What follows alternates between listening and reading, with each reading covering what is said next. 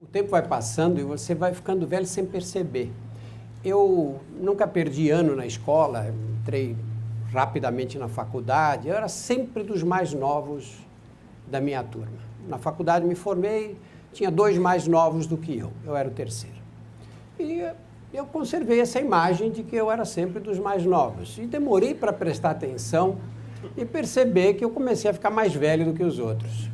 E hoje, quando eu olho todas as pessoas que trabalham perto de mim, todas as pessoas que trabalham comigo, eu sou muito mais velho do que todas elas.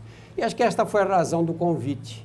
Acho que eu sou uma espécie de testemunha ocular da história da AIDS no Brasil. Eu vou colocar um panorama da AIDS atual só para contextualizar as coisas que eu quero discutir com vocês. Nós estamos no Brasil hoje com 592 mil casos, praticamente 600 mil casos acumulados de AIDS. Isto vai até junho de 2010. Nós temos cerca de 38 mil casos de AIDS em 2009, 2008, aqui em 2010 parece que o número está muito semelhante. A epidemia atingiu um platô nesse nível. E a taxa de incidência também permanece ao redor de 20%. Aqui é interessante ver esse gráfico que mostra o número de casos e o número de mortes por AIDS no Brasil. E é interessante a gente acompanhar, ver o que aconteceu de início, né? De início, os casos eram diagnosticados em fase muito avançada. A gente recebia esses doentes, vinham, os que tinham sorte ainda de ter sarcoma de Kaposi vinham numa fase mais inicial da doença. Os que não tinham sarcoma de Kaposi já vinham com infecções graves, pneumonia por pneumocistes, meningite por criptococos, etc. E isso se refletia na altíssima mortalidade, né? Vocês veem aqui que por volta de até 1996, os antivirais, os antirretrovirais mais importantes surgiram aqui, os inibidores de protease surgiram em dezembro de 1995, foram liberados nos Estados Unidos, mas na Europa não. Surpreendentemente, a Europa levou muito tempo para liberar os inibidores de protease. E em 1996, nós tínhamos aí mais ou menos uns 25 mil casos de AIDS no total. E olha a mortalidade quanto era, olha, cerca de 15 mil. Quer dizer, nós tínhamos uma mortalidade que era ao redor de 60% dos casos diagnosticados. Hoje nós estamos perto de 40 mil casos. Se mantivessem esses números, nós teríamos uma mortalidade de 40%, em 40 mil nós estaríamos tendo 16 mil mortes no Brasil, 60%, 24 mil mortes no Brasil anuais. Nós estamos tendo aí perto de 11 mil mortes. E esse número vem estabilizado. Os inibidores de protease foram uma revolução no tratamento da AIDS. Nenhum de nós podia esperar que isso fosse acontecer. Um pouco antes de 1995, quando surgiram os inibidores, houve aquele trabalho célebre mostrando que o AZT realmente não tinha... Obrigado, Calil. Que o AZT realmente não tinha um impacto muito grande na evolução da doença. O AZT, quando começou a ser usado, era usado na dose de 1.500 miligramas.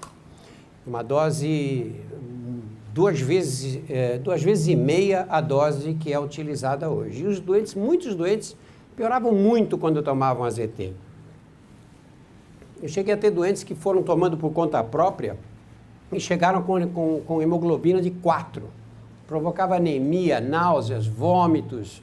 Havia doentes que não suportavam de maneira nenhuma. E a gente, como médico, acompanhando esses doentes, você dava o AZT e via que você não sentia a resposta, porque o remédio bom é aquele que o doente toma e melhora. Ele chega e fala, eu melhorei, e você olha na cara dele e vê que ele está melhor mesmo. E o AZT nunca me deu essa sensação. Nunca tive um caso de um doente que falou, nossa, minha vida se modificou completamente. E aí, em 96, surgiram os inibidores de protease. E quando eles surgiram, você tinha doentes virtualmente morrendo que levantavam da cama. Doentes que estavam magérrimos em fase de caquexia da AIDS e começavam a ganhar peso, engordavam 5 quilos, depois 10, 15, 20 quilos e voltavam à vida praticamente normal. E nós tivemos uma coisa muito interessante aqui no Brasil, nesse momento, que quando surgiram os inibidores de protease, a Anvisa normalmente, na época não havia Anvisa ainda, né? Mas o Ministério levava muito tempo para aprovar esses novos medicamentos. O DDI ficou 1 ano para ser aprovado no Brasil, era importado do exterior por quem podia pagar pelo dobro do preço e o Ministério da Saúde não liberava. Quando foram liberados os inibidores de protease, eu tive uma conversa com o Dr. Bartlett, da Johns Hopkins, e ele disse, olha, está acontecendo uma revolução. Esses remédios novos vão ter um impacto muito grande no tratamento da doença. Mas os dados ainda eram muito incipientes nessa fase. Eu voltei para o Brasil, depois dessa conversa, mas essa história eu conto depois. Então, terminando essa avaliação dos casos atuais, nós estamos de acordo com o sexo, é muito interessante observar que o número de mulheres foi aumentando gradativamente, como era de se esperar, né? E, de acordo com as faixas etárias, as meninas mais jovens são as que têm mais AIDS, né? Mais AIDS do que os homens. Aqui, nessa faixa dos 13 aos 19 anos, o padrão é muito mais africano do que europeu e norte-americano. E aqui para mostrar o que tem acontecido com a AIDS no país inteiro. Quando a gente pega os casos acumulados, ainda a maior parte deles ocorreu no Sudeste, que foi por onde foi introduzida a epidemia de AIDS no Brasil. Mas quando a gente olha as taxas de incidência, a gente vê que elas estão distribuídas de forma mais ou menos uniforme pelo país inteiro. Quer dizer, a AIDS se espalhou pelo Brasil todo, é um problema nacional e não mais um grande problema, um problema exclusivo das grandes cidades do sul do Brasil. Aqui pela categoria de exposição, a exposição homossexual ainda é importantíssima, não é? Infelizmente, os cuidados com a transmissão têm sido negligenciados nesse grupo. Aqui os heterossexuais ainda correspondendo a um grupo grande, 30,5%, e o número de usuários de drogas injetáveis, 17,2%. Eu desconfio que esse número vai cair mais ainda no futuro e depois vou explicar por quê. Entre as mulheres, a transmissão é basicamente heterossexual. Mulheres têm muita dificuldade para o uso de drogas injetáveis. Bom, quando surgiram os primeiros casos de AIDS no Brasil, eu chefiava o Serviço de Imunologia do Hospital do Câncer de São Paulo, a Camargo. E essa era a área que eu trabalhava. Trabalhava com melanoma e nós fizemos um trabalho com BCG oral. Na época, o Cancer era a revista mais importante da especialidade e esse trabalho foi publicado, foi o primeiro trabalho brasileiro publicado nessa revista. O melanoma, como todos conhecem, é esse tumor de pele que tem um curso muito benigno nas fases iniciais, mas nas fases mais avançadas, um tumor muito grave. E aí começaram a surgir estes casos aqui. Em 1982, começo de 83, fim de 82, começo de 83, por causa desse trabalho feito com BCG oral, que era um trabalho muito original, o mundo inteiro fazia BCG injetável nos casos de melanoma. Nós no Brasil ainda tínhamos o BCG oral naquela época e os resultados foram muito melhores. Eu fui convidado para fazer um estágio no Memorial Hospital de Nova York. E lá, Nova York era o epicentro da epidemia americana de AIDS naquela época. E no departamento de imunologia, Memorial Hospital de Câncer, não é? Para quem não conhece. E no departamento de imunologia, a doutora Susan Crown estava fazendo um trabalho com o uso de interferon no tratamento do sarcoma de Kaposi. E o interferon era dado em doses altas e você via alguns doentes em que as lesões diminuíam, mas eles ficavam muito doentes com o tratamento, com os efeitos colaterais do interferon.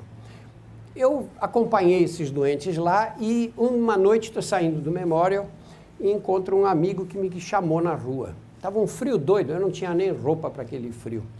E eu vinha encolhido, esse amigo chamou, eu atravessei a rua, ele veio na minha direção, aliás, e nós conversamos, disse, o que você está fazendo aqui? Puxa, ele é um pianista que eu conheci no Brasil havia vários anos, e ele estava já morando em Nova York há bastante tempo.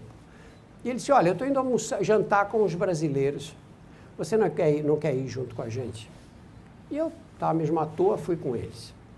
E era um grupo de gays brasileiros em Nova York. Alguns moravam lá, outros estavam de passagem, mas era um grupo grande. E o jantar foi muito divertido, porque os gays são engraçados, né?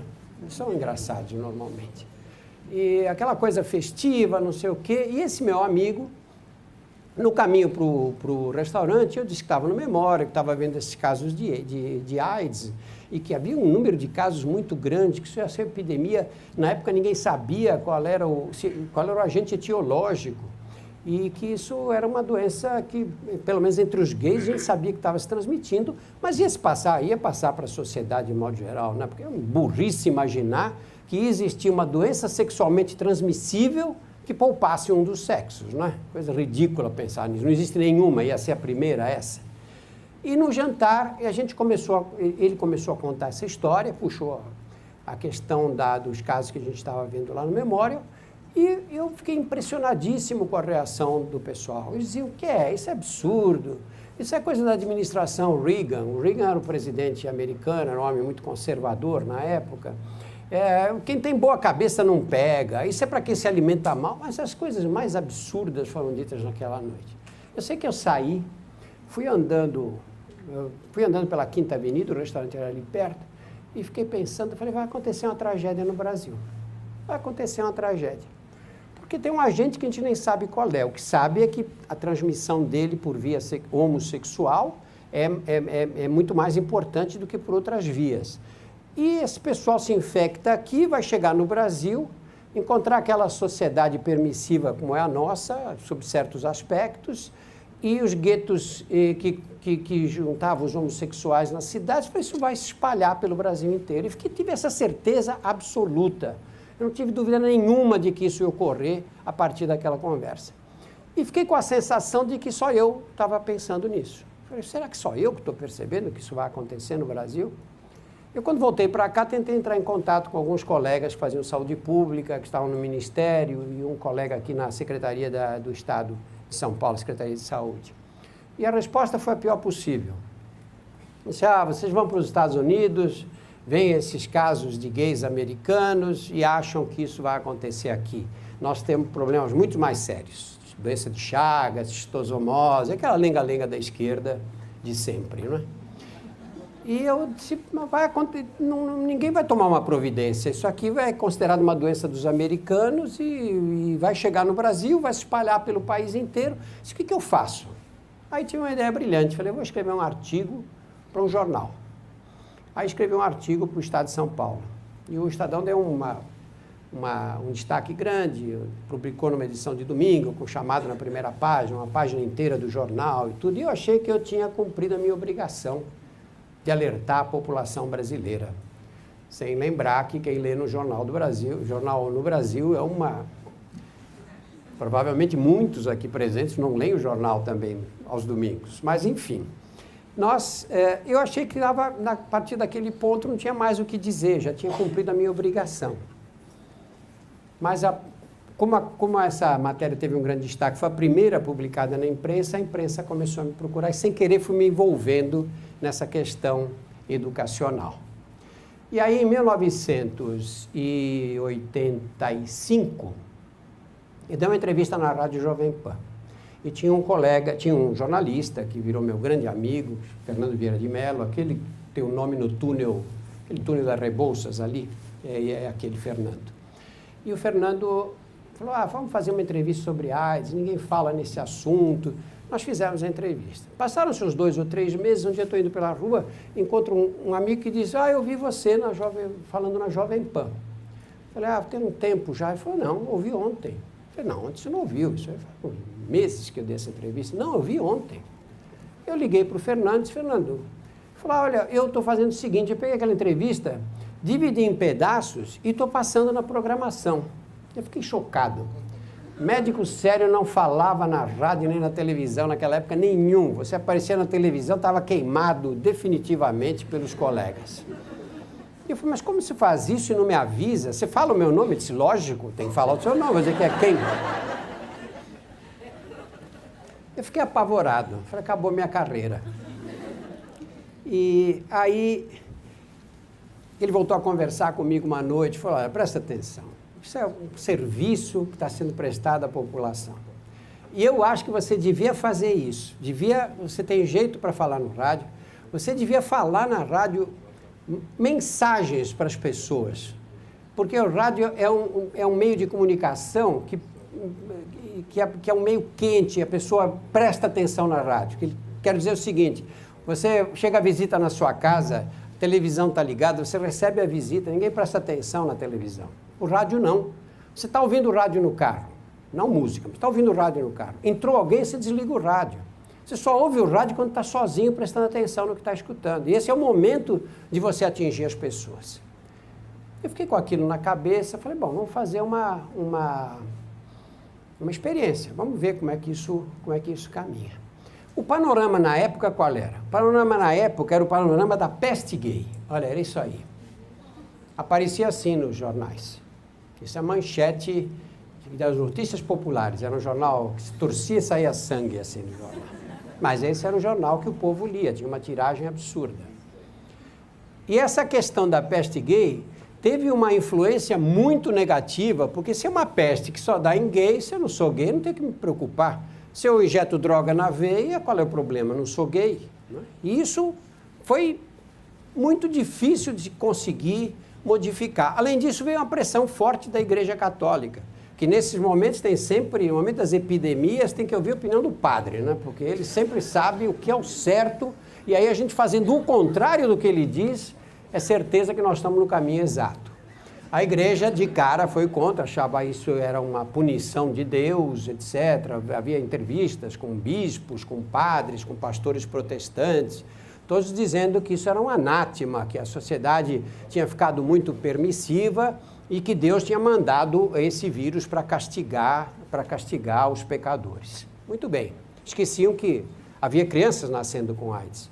E havia mulheres pegando AIDS já nesse início. Os primeiros casos de mulheres no Brasil aconteceram por 85, mais ou menos, ao mesmo tempo em que vieram os primeiros casos de pacientes com drogas injetáveis. E aí, já envolvido nessa coisa da divulgação, comecei a fazer essas mensagens na Jovem Pan. E eu percebi que essas mensagens tinham que ser feitas, você não pode falar no geral. Você não pode dizer, cuidado que a AIDS mata. Ou você não pode dizer, use camisinha, porque depende da pessoa que está ouvindo aquilo. Você pega uma senhora de 60 anos, casada com um marido de 70, que tem uma relação sexual a cada 6 meses. Ela vai usar a camisinha? Nem 6 meses será o tempo suficiente. Para ela não vale essa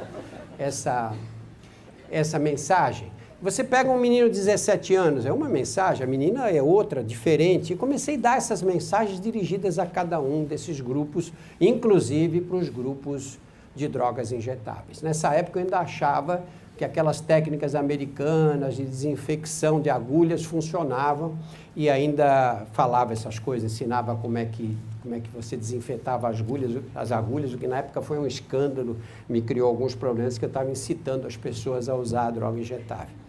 E aí, em 1989, eu resolvi fazer um vídeo de AIDS educativo. E conversei com alguns amigos, me apresentaram a doutora Maria Odete Brendalize, que era uma das sócias da Perdigão na época, e eles me deram fundos para fazer esse vídeo. Falei, olha, eu quero fazer um vídeo que mostre como a AIDS está correndo em São Paulo.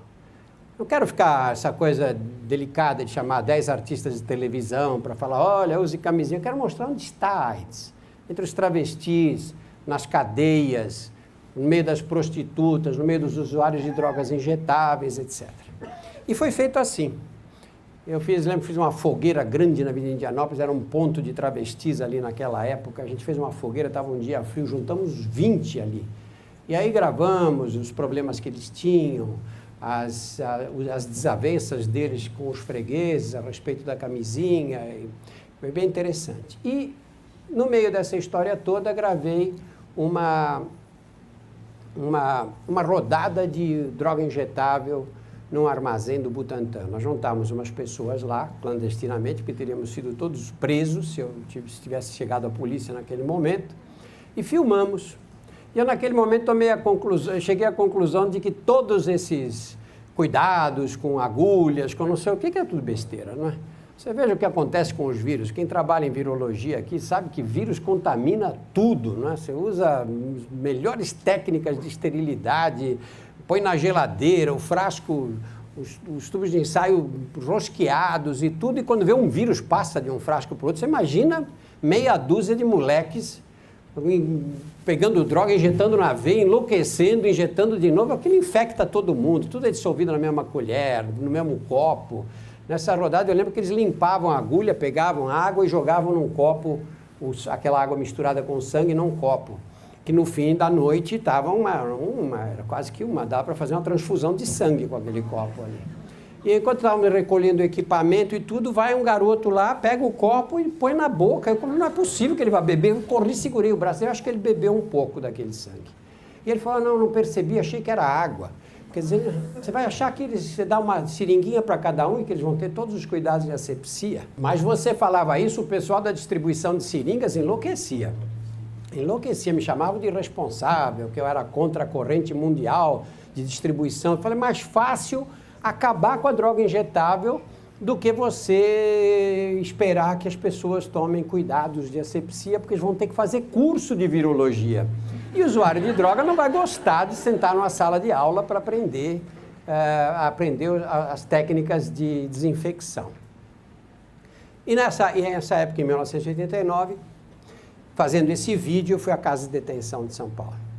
A Casa de Detenção tinha 7 pavilhões e uma população que variava entre 7.000 e 9.000 presos.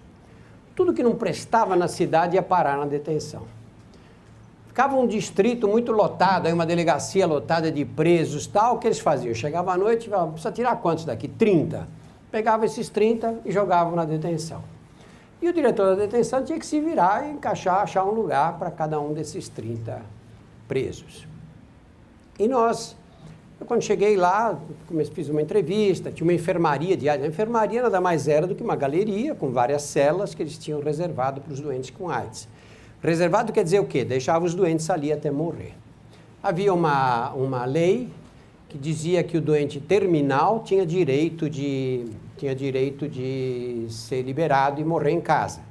Mas pobre não tem advogado, não tendo advogado não consegue a aplicação da lei e os doentes, na verdade, morriam lá muito antes de serem liberados. Às vezes chegava o alvará de soltura, o doente já estava morto, tinha morrido um mês mais ou menos. Eu vi casos desse lá. E eu entrei na cadeia, passei um dia inteiro na cadeia. E eu, desde moleque, gosto de filme de cadeia. Desde criança. Menino ainda pequeno, via aqueles filmes branco e preto daqueles presos organizando uma fuga, não sei o quê. E eu até hoje assim. Eu estou na televisão, indo dormir, começa um filme de cadeia, eu sento e fico até as 2 horas da manhã, porque eu não consigo, mesmo que seja ruim, eu não consigo parar de assistir. E eu, quando entrei na cadeia, tive essa sensação emotiva, assim, tão forte quanto aquelas que eu recuperei aquela sensação que eu tinha quando era menino e ficava na cadeira do cinema impressionado com aquelas imagens e tudo. Nós fizemos esse vídeo, esse dia eu saí, mas fiquei com a cadeia na cabeça. Eu ficava o dia inteiro pensando na cadeia, o tempo todo, aqueles guardas. Cadeia tem um clima, não é? Primeiro que você, em qualquer lugar que você entra, você abre a porta e fecha a porta. Na cadeia, quando a porta fecha, faz bem, bate nas tuas costas. Está claro que você está num outro mundo dali para dentro. E aí você já fica com uma determinada tensão. Pode pegar carcereiros que trabalha há 30 anos, toda vez que ele senta essa porta bater atrás, você percebe uma tensão. Porque o ambiente, você nunca sabe, nunca tem controle absoluto do que pode acontecer. Às vezes você olha, estão os presos assim na vida normal, um mexendo com uma coisa, outro varrendo o chão, outro andando. Acontece um barulho qualquer, parece cachorro quando está dormindo e levanta as orelhas. Né? Todo mundo olha para ver o que é, porque está o tempo inteiro assim. E isso dá uma adrenalina que fica muito interessante mesmo. Eu voltei à cadeia, depois de umas 2 semanas, eu só consigo pensar nisso porque deve ser importante para mim. Aí conversei com o diretor da cadeia, e ele disse, doutor, o que o senhor quer fazer aqui? O senhor quer fazer uma campanha contra a AIDS aqui? Eu queria começar fazendo um estudo. Nós não sabemos quantas pessoas são HIV positivas dentro da cadeia. Isso tem que ser medido. Porque a cadeia é um lugar importantíssimo de transmissão do vírus. Na época, a droga da moda era a cocaína injetável, era a cocaína na veia. Porque droga é moda também, essas modas vêm e passam, né? Isso aqui, com tanta gente usando cocaína na veia, com as mulheres que vêm para as visitas íntimas, isso aqui é um modelo para a gente tentar demonstrar que o que a sociedade está fazendo é uma coisa muito irresponsável, que é chegar nos fins de semana, colocar 1.500 mulheres para dentro da cadeia, para ter relações com esses homens, sem nenhum esclarecimento, sem preservativo, sem absolutamente nada. Falou, tá bom, vamos fazer esse estudo aí. E aí nós colhemos o sangue dos que recebiam visitas íntimas, eram 1.492 presos. Esses presos, nós testamos todos eles. Eu tinha que colher o sangue dos 1.492. Cadeia, tudo é complicado, porque você tem que tirar o preso de um pavilhão, levar para outro. O preso, às vezes, está seguro naquele pavilhão, mas quando ele vai para o outro, encontra inimigos, pode morrer. Então, uma estratégia complexa mesmo. E tinha que fazer a coleta do sangue desses 1.492, o que não era uma tarefa fácil, leva tempo. Aí eu consegui lá ex-usuários de cocaína injetável, 4 deles. E eles pegavam as veias e conseguiam e faziam a coleta. Eu levei material e eles faziam as coletas. Pegavam veias inacreditáveis, veia no cotovelo, pegavam veia em qualquer lugar. Um deles um dia me disse, falou, mas como é que se pega uma veia tão bem? Falei, doutor, a gente pega a veia no escuro, diluindo a cocaína na água da chuva, pegar com esse material seu aqui é uma maravilha, isso qualquer um pega. Nós testamos esse sangue, levamos para a Cleveland Clinic, nos Estados Unidos, o departamento de retrovirologia da Cleveland Clinic também, o Max Profit, que era o chefe do departamento. É para eu parar, não? O Max Profit, e nós testamos esse sangue todo e encontramos 17,3% dos presos infectados pelo HIV. 17,3%, que significava, numa cadeia com quase 8.000 pessoas, isso significava umas 1.200 pessoas infectadas lá. E a sociedade permitia que essas moças entrassem na cadeia, que tivessem relações com esses homens sem nenhuma proteção e que voltassem para as casas depois carregando o vírus. Uma das irresponsabilidades sociais mais absurdas cometidas para essa população, contra essa população pobre. Nós tentamos aí começar um programa de distribuição de camisinhas, tivemos uma dificuldade grande porque os promotores eram contra, eles achavam que o argumento era que se não tinha dinheiro para dar 1 litro de leite para cada criança nas favelas, ia dar camisinha para vagabundo na cadeia. E é difícil justificar que esses vagabundos infectavam essas mulheres que iam ter filhos que não tinham 1 litro de leite para tomar, não é? E que iam nascer com AIDS ainda, né? Levou um tempo, no final a gente acabou conseguindo.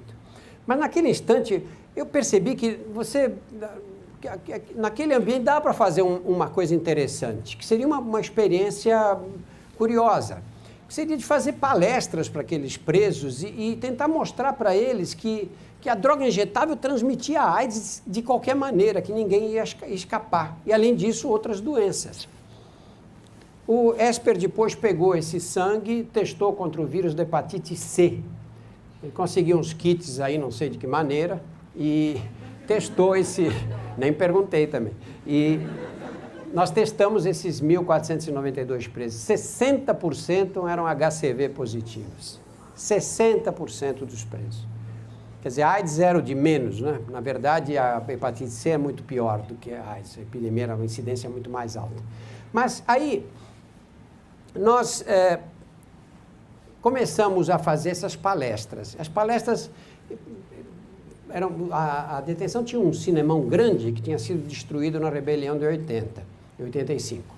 E aí, a partir daí, eu tinha ficado uma sala grande com um palco e não tinha mais nada, não tinha cadeira, não existia mais cinema, era um grande salão. E eu tive a ideia de reunir os presos em grupos e fazer palestras explicando como a AIDS se disseminava, de que maneira ela acontecia e tudo. E aí eu percebi que você juntando esses presos lá, ficava uma coisa complicada, estrategicamente. Por quê? Porque como é que você faz? Tem que fazer, para você passar os 7.000 da casa, tem que fazer de forma ordenada. Mas a detenção não era uma cadeia de celas fechadas. 8 horas da manhã, as celas eram abertas. E aí os presos ficavam soltos, andando ali pelo pavilhão e tal. Então, se você abre as celas e solta, como é que você reúne depois para levar para o cinema? Complicadíssimo. A alternativa qual era? Era abrir o grupo de celas.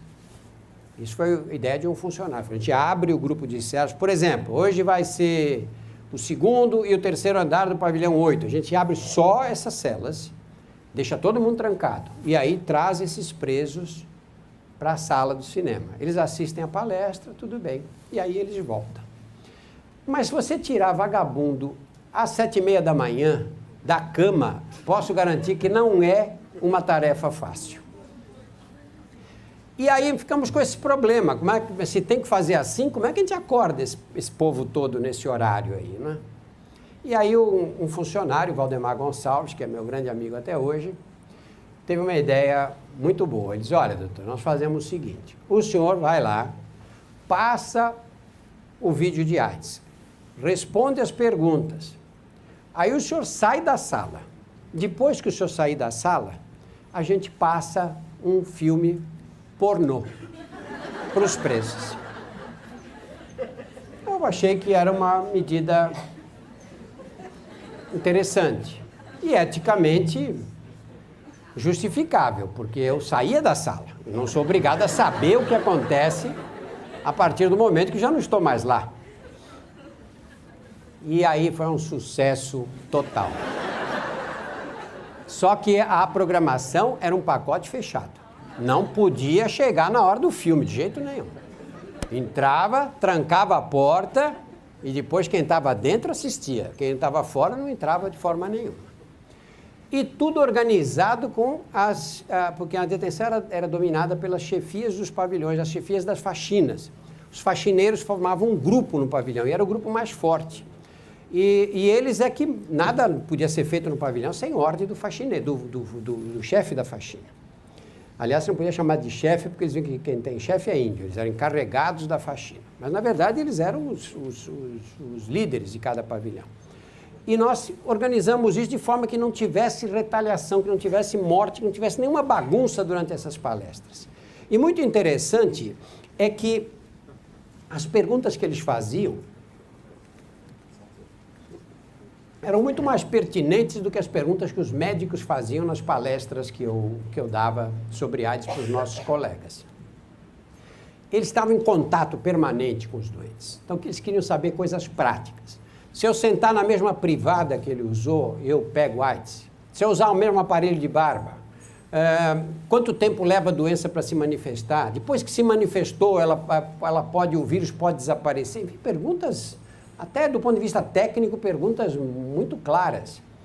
E não eram perguntas sobre teoria. A AIDS estava no meio deles, estavam vendo as pessoas morrer. Eles viam aqueles bandidos chegarem fortes na cadeia e irem emagrecendo até o ponto de serem carregados. E as mortes se sucedendo com uma frequência assustadora.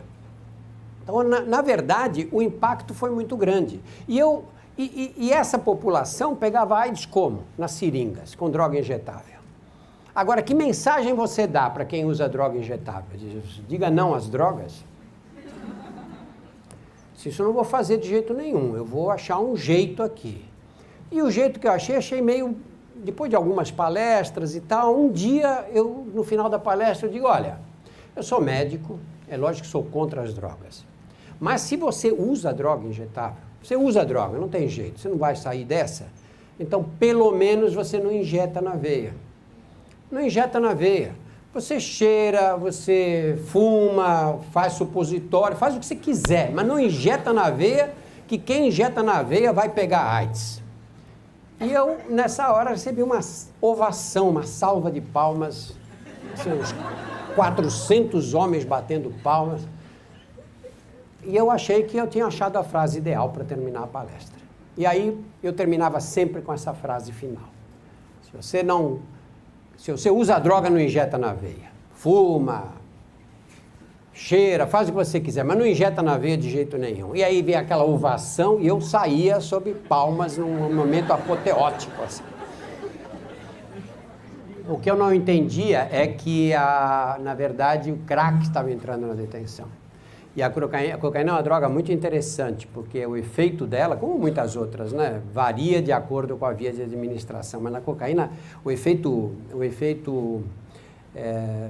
no cérebro é muito variável. Você cheira a cocaína, a droga vai ser absorvida pela mucosa nasal, a absorção é lenta, atinge um pico, o cara começa a falar feito louco, não é? E depois vai diminuindo o efeito e vai batendo aquela depressão. Injetada na veia, a ação é rápida, eles chamam de baque, porque dá um baque no cérebro mesmo, ação muito rápida a cocaína injetável. Tanto que o usuário de cocaína na veia não se interessava pelo barato da cocaína inalada. Eles achavam que isso era coisa de careta, de playboy. Eles gostavam mesmo de injetar direto na veia.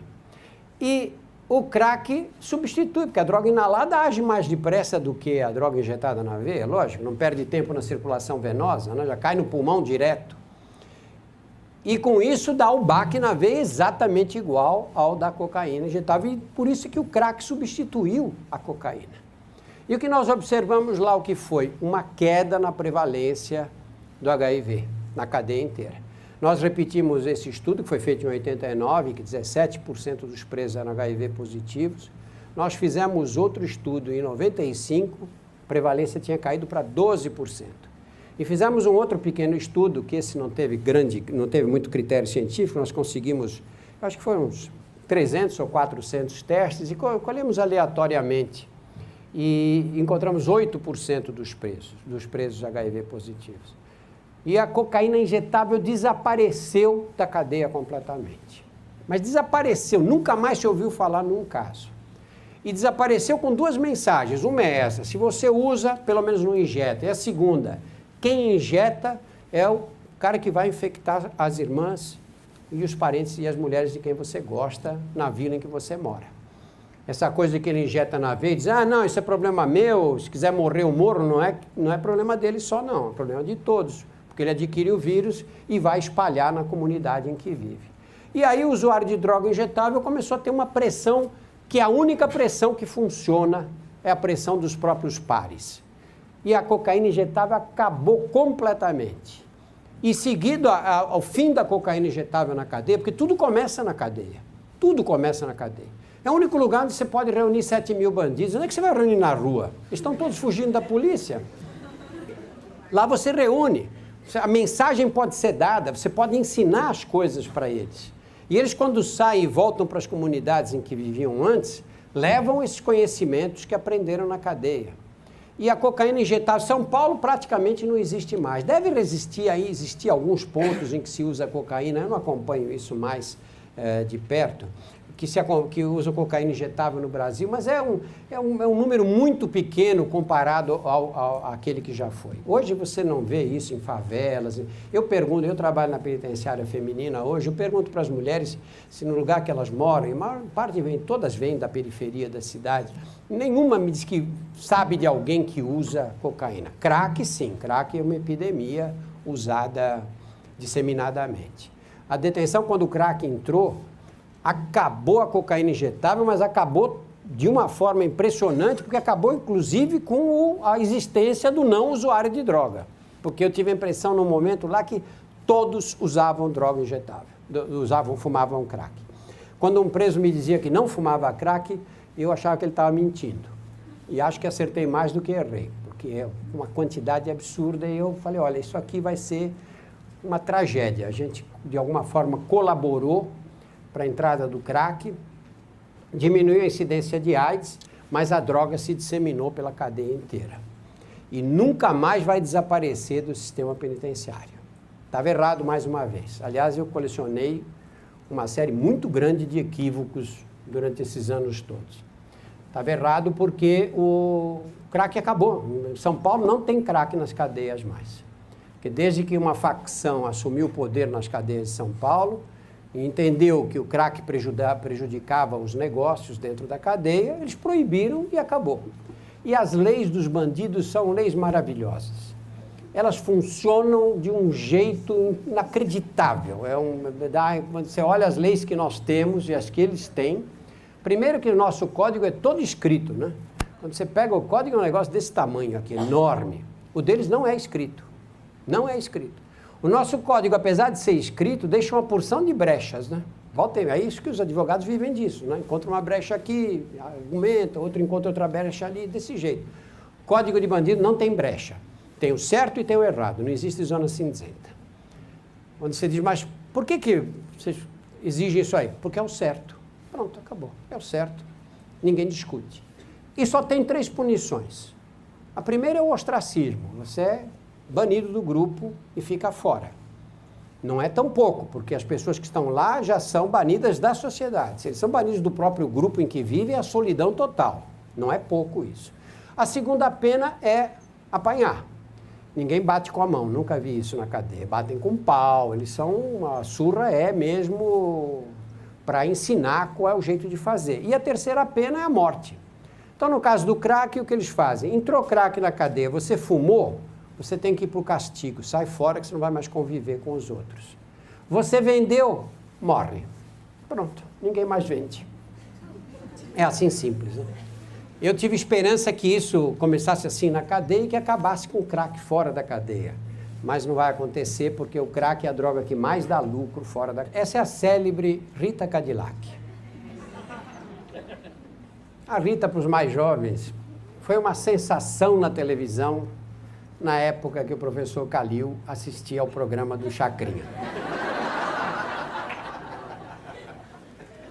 Ela tinha um corpo lindo, um traseiro generoso, que a câmera acompanhava, fechava, abria, vinha de outro ângulo e tudo. E a Rita, não sei por que diabo, cismou de um dia fazer um show na detenção. Você imagina uma mulher, entra num ambiente assim e resolve fazer um show que é basicamente um show sensual, um show de sensualidade forte mesmo.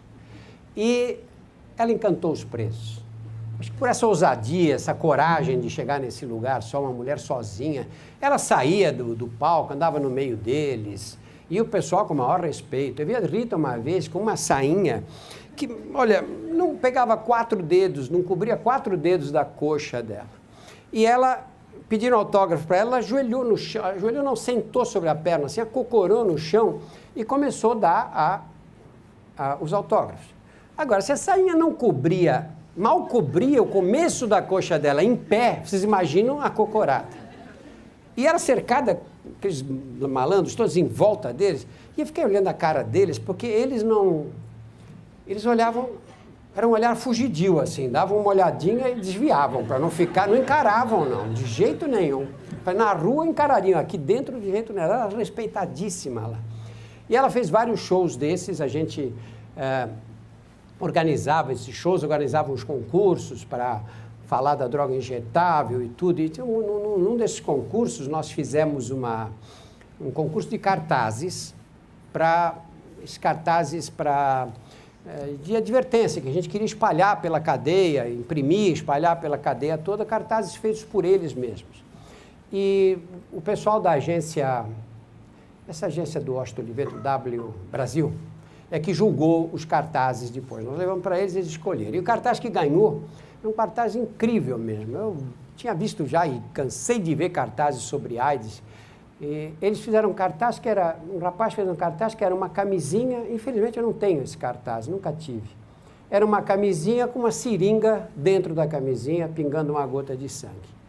Quer dizer, era um rapaz que tinha parado de estudar no 2º ano primário, na periferia de São Paulo. O único cartaz que eu vi que juntava as duas ideias, né? A ideia da camisinha e da droga injetável, que eram sempre apresentadas como ideias diferentes nos cartazes educativos. Ele ganhou um prêmio, a gente tinha que entregar esse prêmio em maço de cigarro, não tinha outro jeito, porque os presos eram proibidos de receber dinheiro. Então ele subiu no palco, a Rita fez um show, depois ele subiu no palco e eu aqui, oncologista, entregando para ele maços de cigarro, pacotes de cigarro.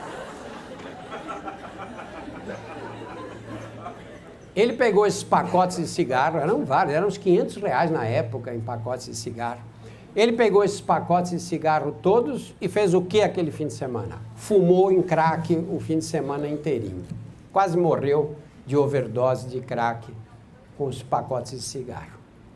Bom, essa experiência foi uma experiência muito interessante que acabou virando o filme. Essa cena é do filme, não é uma cena real. E eu aprendi algumas coisas do ponto de vista pessoal sobre a AIDS. Eu acho que nós estamos vivendo que tipo de situação agora? Agora nós estamos vivendo uma situação perigosa, porque, como nós vimos lá, o número de casos de AIDS ficou praticamente estabilizado. E a AIDS perdeu esse apelo que tinha junto à imprensa. Hoje é uma doença que tem tratamento, etc. Do ponto de vista jornalístico, é uma informação que não é informação quente, que vem da jornal, que vem da revista.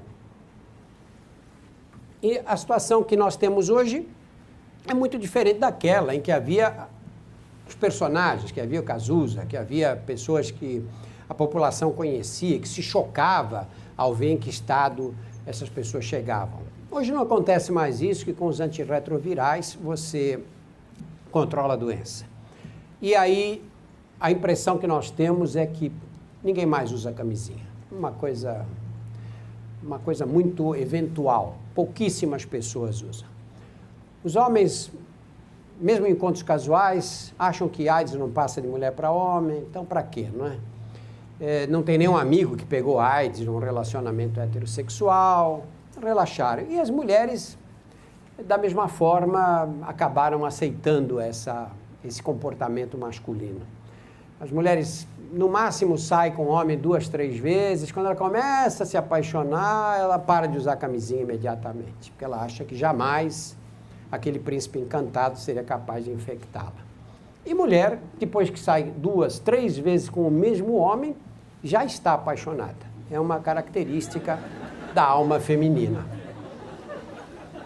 E mulher apaixonada não usa camisinha em hipótese alguma, né? Então, nós temos essa situação, esse número de casos no Brasil que ainda é alto e um número de mortes que ainda é muito alto. São 11 mil pessoas que morrem todos os anos de AIDS no Brasil. É um número muito grande. É um número inaceitável do ponto de vista prático, né? E você vê em algumas faixas populacionais, algumas faixas etárias, é a principal causa de morte ainda nos dias de hoje. Eu acho que nós vamos evoluir no tratamento antiviral. Eu acho que a minha geração testemunhou uma das grandes maravilhas da medicina, que foi pegar uma doença nova. Vocês viram a apresentação anterior, uma doença que em 1981, 82, em 81 não sabíamos que existia a doença. Rapidamente o vírus foi identificado, foi criado um teste. Os depósitos de sangue foram testados, as transfusões se tornaram seguras. Nós conseguimos, em 5 anos, ter o primeiro remédio. O AZT foi em 85. E em 1995, 14 anos depois, nós já tínhamos um tratamento de alta eficácia contra o vírus. Se pensar isso em relação a outras doenças, a tuberculose, quantos milênios ficou entre a população, a sífilis, e o tratamento foi descoberto depois de quanto sofrimento humano. A AIDS foi uma maravilha da ciência moderna mesmo. Um tempo insignificante foi descoberto um tratamento que controla a doença, mas nós não temos cura da doença, né? E eu acho que toda a inteligência tem que ser aplicada agora em impedir que as pessoas tenham relações sexuais inseguras. Eu, honestamente, acho que isso é uma guerra difícil de ganhar, porque mudar o comportamento humano é uma tarefa inglória. Inglória. Você fazer a pessoa comer menos carboidrato, imagina. Já é difícil. Se você imaginar que hoje não há uma pessoa que não saiba que fumar é um hábito péssimo. Quantos conseguem ficar livres da droga? Uma minoria. Quantos conseguem? Todo mundo sabe que a obesidade é problema, que você precisa andar. Ninguém anda. Você diz, olha, eu trato muitos doentes com câncer de mama. Estou terminando já. Você pega uma mulher com câncer de mama, em geral jovem, e você diz, olha, esse tumor tem 2 centímetros, é perigoso, vai ter que fazer quimioterapia, radioterapia, tomar hormônio durante 5 anos. A mulher faz, cai o cabelo todo, ela faz o tratamento inteirinho, e você diz, olha, como é que aguenta um negócio desse, né? Quando acaba o tratamento, você diz, olha, agora, os estudos mostram o seguinte, que se você andar 40 minutos por dia, você reduz a tua chance de morrer em 50%. Você corta a chance de morrer por câncer de mama em 50%. Sabe qual é o impacto da quimioterapia? 30%, 35%. E ela fez. Ficou sem cabelo, vomitou, passou mal, mas fez. O impacto da hormonioterapia, ao redor de uns 35%. Ela toma hormônio, fica com a pele seca, secura vaginal, dores articulares, e ela faz 5 anos o tratamento. Toma a pílula todos os dias, nunca esquece. Andar 40 minutos, sabe quantas andam? Nenhuma. Nenhuma. Eu tenho uma clínica movimentada, tenho 2 pacientes que andam 40 minutos por dia. Agora, você imagina, se você não é capaz de andar 40 minutos todos os dias, que é uma atividade física ridícula, mínima atividade física, você imagina mudar o comportamento sexual das pessoas? Esquece. A gente tem que, essa mensagem tem que ser dada do sexo com proteção, etc., porque tem aqueles que são interessados, são racionais, interessados em preservar a vida, vão ouvir. Mas nós vamos conviver com a AIDS ainda por muitos e muitos anos. Muito obrigado. Viu?